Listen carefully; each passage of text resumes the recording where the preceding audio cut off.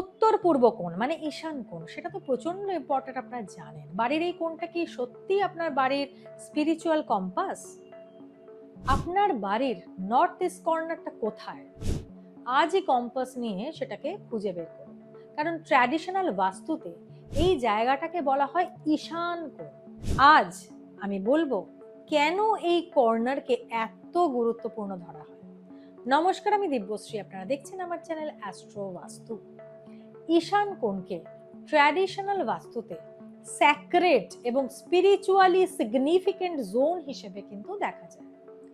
অনেকে বলেন এটা হচ্ছে পূজা স্পেস, সেটা তো আপনারা জানেন। মেডিটেশনের স্পেস, প্রেয়ার এরিয়া, লাইট এবং ওপেননেস রাখা কিন্তু প্রেফার করা উচিত। কিন্তু সবচেয়ে ভুলটা কোথায় জানেন? নর্থ ইস্টকে সব সময় ডেকোরেশন দিয়ে ভরিয়ে রাখতে দেখি আমি যেখানেই গেছি। আমি বলবো keep it light, keep it clean, keep it intentional. যদি সম্ভব হয় হেভি ক্লাটার কম রাখুন, ব্রোকেন অবজেক্ট রাখবেন না, ডাস্টবিন অ্যাভয়েড করুন, অপ্রয়োজনীয় স্টোরেজ রাখবেন না। একটা আনইউজুয়াল আইডিয়া দিচ্ছি, নর্থ ইস্টকে ডিসিশন জোন বানান। সপ্তাহে একদিন 10 মিনিট সেখানে চুপচাপ বসুন, ফোন টোন ছাড়া নিজেকে প্রশ্ন করুন, আমি কোথায় যাচ্ছি, মানে কোন পথে এগোচ্ছি, আমার নেক্সট স্টেপ কি, কি রিলিজ করতে হবে আমাকে।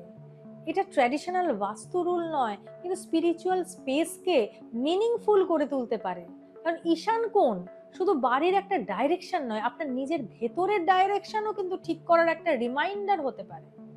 এই জায়গায় অনেক সময় আমরা ঠাকুর রাখি, কিন্তু ঠাকুর যখন রাখি, ঠাকুরের বাসি ফুল, নোংরা আবর্জনা সেখানে জমিয়ে রাখি। অনেক সময় পাশে অনেক জায়গায় গিয়ে দেখেছি একটা ছোট ডাস্টবিন মতো রেখেছে, সেখানে ওই নোংরা টোংরা ঠাকুরের জিনিসের নোংরা বা কোনো প্যাকেট প্যাকেট সেটা সেই ডাস্টবিনে। নো, এসবগুলো ওই জায়গায় রাখবেন না, মাথাটাও ক্লিন রাখুন সেখানে বসে।